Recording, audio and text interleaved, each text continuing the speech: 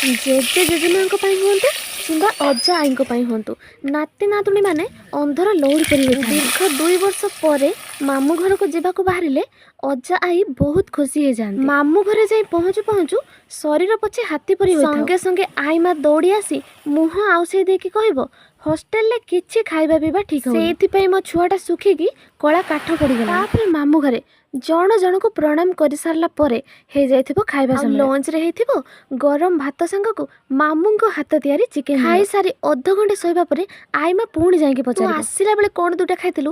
ଭୋକ ଲାଗିବଣି ମୋ ଛୁଆକୁ, ତୁ ଚାଲିଲୁ ମୁଁ କ'ଣ ବାଢ଼ି ଦେବି, ଆଉ ଟିକେ ଖାଇଦେବୁ। ଏମିତି 10 ମିନିଟରେ ଥରେ ଖାଉ ଖାଉ ଦିନ ବିତି ଯାଇଥିବ। ତାପରେ ଆସିବ ବିଦାୟ ସମୟ। ଏବେ ଆସିଲା ବେଷ୍ଟ ପାର୍ଟ, ଆଉ ସେଇଟା ହେଉଛି ଆସିଲା ବେଳକୁ ଅଜା ଅଣ୍ଟିରେ ଖୁସିଥିବେ ଦେବେ 200 ଟଙ୍କା, ଆଉ ଆଈ ମା କାନି ତଳେ ଲୁଚେଇ ରଖିଥିବ ଦେବ 100 ଟଙ୍କା। ଆପଣମାନଙ୍କର ଯଦି ମୋ ଭଳି ଅଜା ଆଈ ମା ଥାନ୍ତି ତାହେଲେ କମେଣ୍ଟ କରିକି ଜଣାନ୍ତୁ।